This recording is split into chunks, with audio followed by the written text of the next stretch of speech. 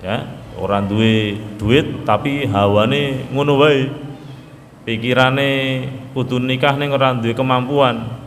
Kata Kanjeng Nabi, fa'alaikum bisyam, berpuasalah. Bedanya riya sama sum'ah itu apa? Kalau riya itu pakai mata, ya, sombongnya itu ben didelok wong akeh. Nggawa kontak motor, kontake goke ning kantong, goke ning jaba ben ketok klundang-kluning bandang ilang tiba.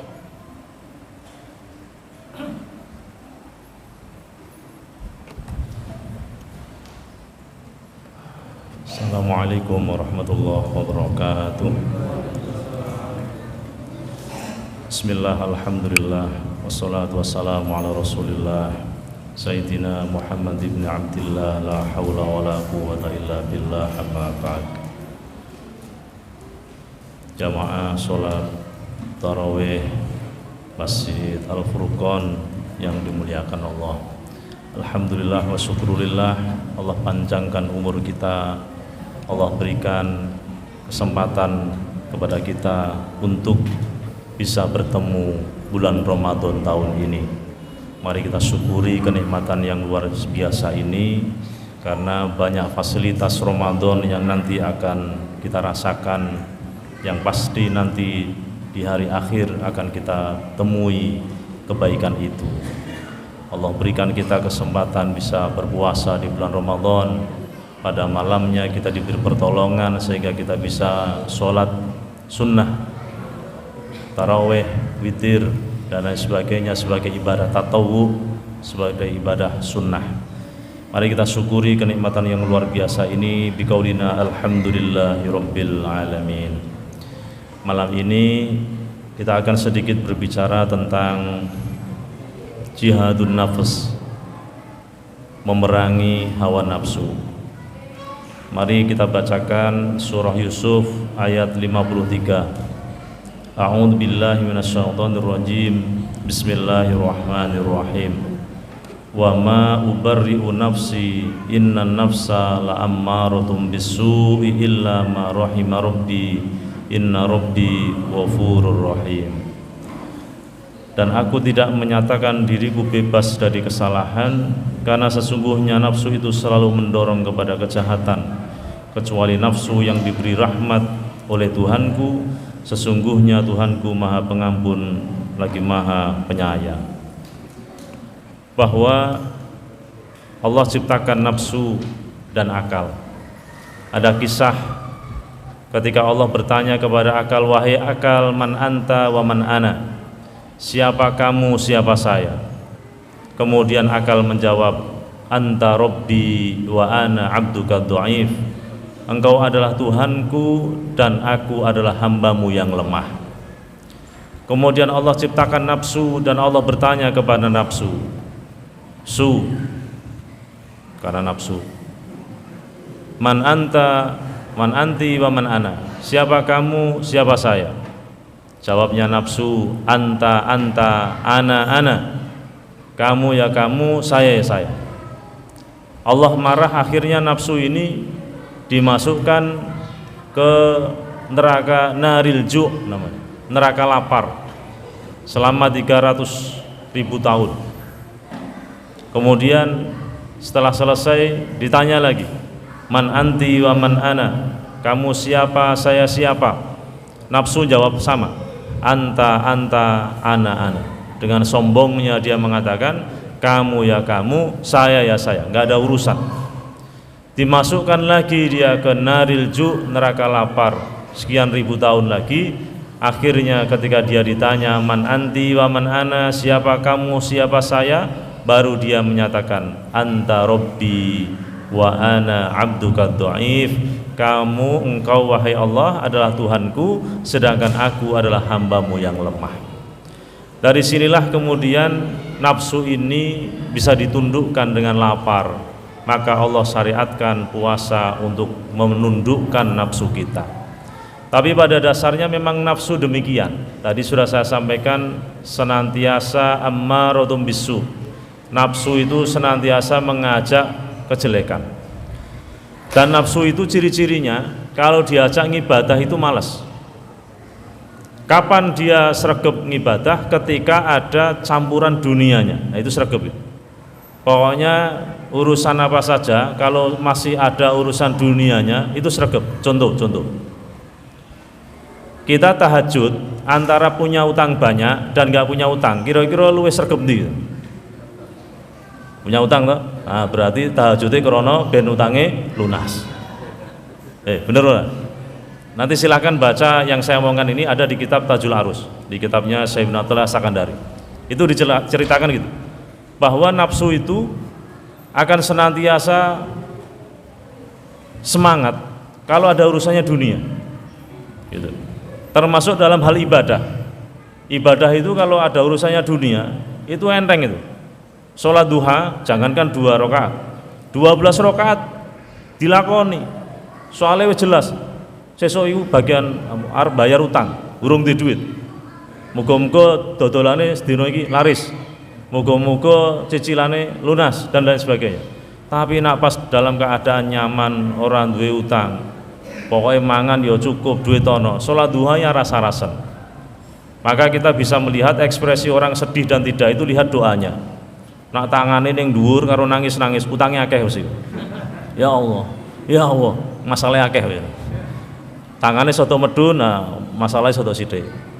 Tapi nak tangane ning kempol ora patek gayah ngono. Amin kabul karepe ora karepe. Iki mesti di zona nyaman. Wah. Makanya dilihat saja teman Anda tangannya itu di tangan bawah atau di tangan atas. Kalau tangannya di atas kakean utang mesti. Nah ini tidak bisa dipungkiri bahwa memang demikian. Maka dalam kitab itu tadi dijelaskan gini. Kalau Anda ingin menguji lillahi ta'ala Anda, kalau kita ingin menguji lillahi ta'ala kita dalam beribadah, sholatlah 2 rakaat pada malam hari yang kita tidak punya pretensi apapun, tidak punya tujuan apapun, mung pingin tahajud 2 rakaat iso istiqomah lillahi ta'ala. Itulah orang yang ikhlas. Di saat orang tidak ada yang tahu, semuanya terlelap tidur, semua orang hanyut dalam buayan mimpi, tapi kita bangun tengah malam wudu ora ono karepe apa-apa, tujuane mung pengin nyedak karo Gusti Allah, pengin syukur kepada Allah karena kita telah diberi kesehatan, diberi panjang umur, diberi kecukupan. Wis pokoke niate syukur lillahi taala. Itulah orang yang ikhlas. Abot napa abot? Berat. Maka kata Rasulullah, ketika Rasulullah pulang dari perang Badar, itu Kanjeng Nabi mengatakan apa? Roja'na min jihadil asghar ila jihadil akbar. Kita ini pulang dari perang yang kecil menuju perang yang besar. Loh, Kanjeng Nabi, perang Badar ini ora gemen-gemen loh. Ribuan orang mati kok dikatakan sebagai perang yang kecil? Iya. Ada perang yang paling besar, ada perang yang lebih besar lagi. Apa itu? Jihadun nafsi, memerangi hawa nafsu. Berarti ngandani awake dhewe karo ngandani wong liya iku gampang, ngandani wong liya ngandani awake dhewe iki angel. Awake dhewe iso ngomong ngene iki gampang, aku ngomong ngene iki gampang. Ngandani awakku dhewe angel. Ayo do tahajud, ayo do poso Ramadan, ayo do poso sunah, bar Ramadan ku poso sunah, poso Syawal. Aku iki arep poso Syawal iki ndang ceramah kon mangan wae, akhirnya sedoso poso Syawal. Wakut. Nah, jadi makanya kita harus berusaha terus-menerus berjuang. Tapi jangan putus asa. Allah katakan, walladzina jahadu fina lanahdiyannahum subulan. Siapa yang betul-betul jahadu, jihad, tenanan oleh nyedak maring Gusti Allah, lanahdiyannahum subulana, maka kami Allah akan tunjukkan pada jalan kami. Maka bagaimana cara menghancurkan nafsu ini? Ayo terus-menerus kita gembur dengan beribadah kepada Allah. Kita gembur dengan zikrullah, dengan zikir kepada Allah. Ini insya Allah, kata Allah, fadhkuruni adzkurkum. Ingatlah kalian semua kepadaku Allah, maka aku Allah akan ingat kepada kalian.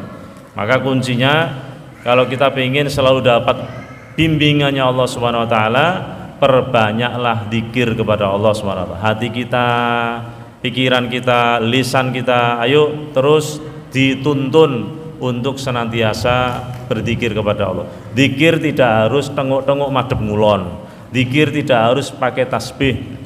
Dikatakan dalam Al-Qur'an, alladzina yadhkurunallaha qiyaman, dengan berdiri, wa qu'udan, dengan duduk, wa ala junubihim, dengan tiduran, turun miring, sambil kapanpun dimanapun, sambil berjalan, naik motor, naik mobil, itu semuanya bisa kita jadikan sebagai tempat zikir.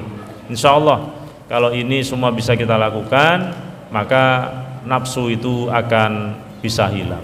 Di antara lagi cara agar kita itu terus teringat kepada Allah adalah dawamul wudu. Apa itu?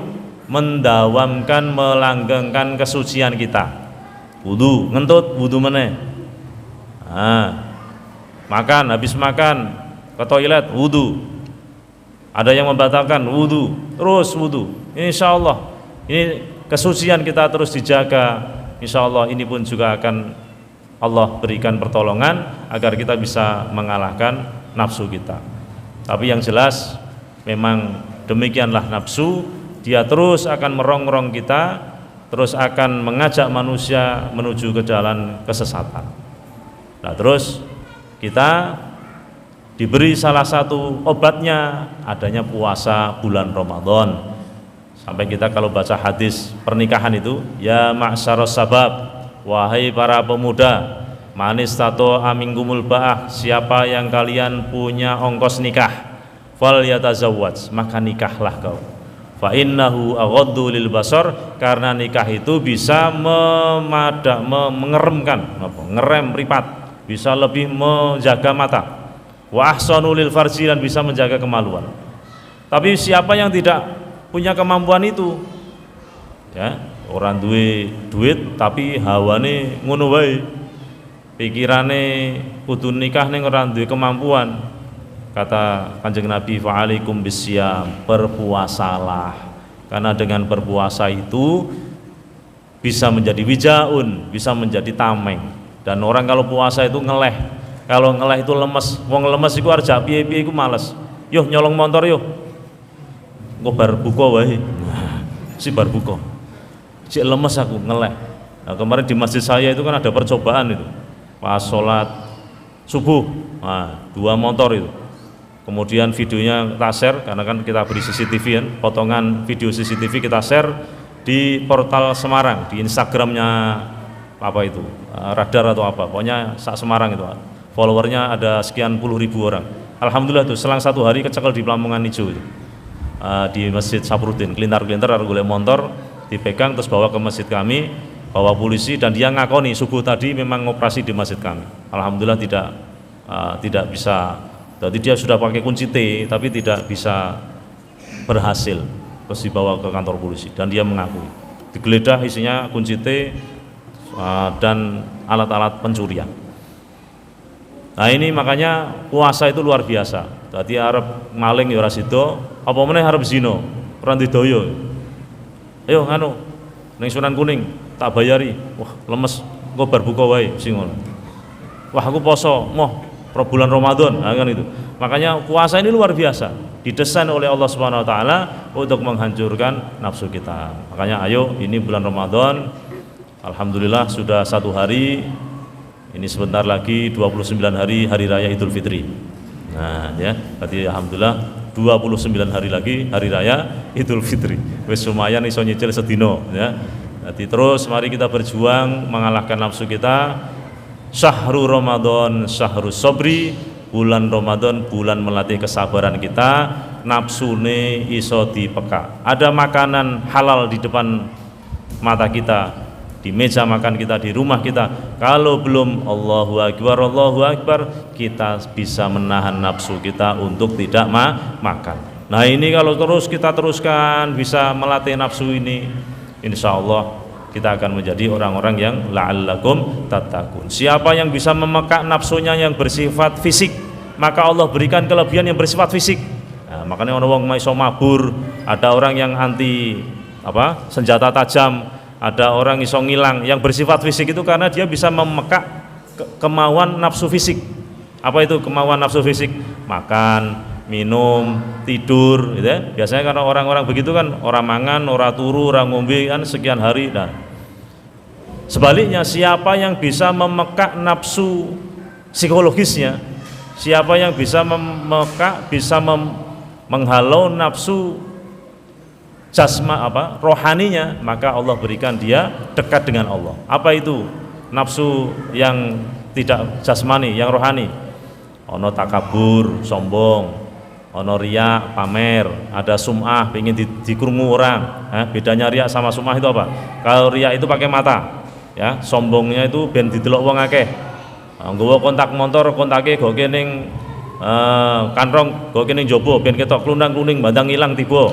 Gerwong dikandani, kowe ora kontakku apa ora? Wong ngomong syukur. Soalnya dhewe kontak dilebokke iso mang dilebokke ning jaba barang ya apa. Sum'ah itu pengen didengar, Pak Tamir, saya nyumbang semen 1 sak, tolong 1 tahun diumumkan. Jadi pengen terkenal lewat telinga, namanya sum'ah. Ini kalau kita bisa menghalau nafsu-nafsu ini, maka Allah berikan kedekatan dengan Allah Subhanahu Wa Taala. Gawe ibadah rasane enteng, jak salat rasane enteng, telinga mendengar adzan, awake fisik kita diberi kemudahan untuk beribadah. Maka Kanjeng Nabi itu mengajarkan doa yang tiap hari dibaca oleh Kanjeng Nabi apa? Allahumma a'inni ala dzikrika wa syukrika wa husni ibadatik. Nah, ini bisa kita amalkan. Atau kalau imam berdoa berarti Allahumma a'inna ala dzikrika wa syukrika wa husni ibadatik. Ya Allah, tolonglah kami ya Allah. Ya Allah, tolonglah saya Allah. Ala dzikrika, supaya saya bisa zikir kepadamu ya Allah. Jadi kita ini kalau nggak ditolong Allah nggak bisa sampai sini. Loro, males, kalau anak bejo mati, ingin usum pandemi, wong dipendemi. Kenapa disebut pandemi? Karena banyak orang dipendemi, maka disebut pandemi. Ala dzikri wa syukrika, ya Allah tolong kami bisa bersyukur kepadamu. Karena kita itu mayoritas seringnya syukur apa gersulo, apalagi usum kayak ngene iki. Banyak orang di sini gersulo, padahal Allah berikan kenikmatan yang banyak tak terhingga. Ya Allah tolonglah saya supaya saya bisa bersyukur kepadamu ya Allah, wa husni ibadatik, tolonglah saya Allah supaya saya bisa memperbaiki ibadahku kepadamu. Maka doa ini senantiasa terus kita lantunkan supaya kita dibimbing oleh Allah Subhanahu Wa Taala. Amin amin ya rabbal alamin. Assalamualaikum warahmatullahi wabarakatuh.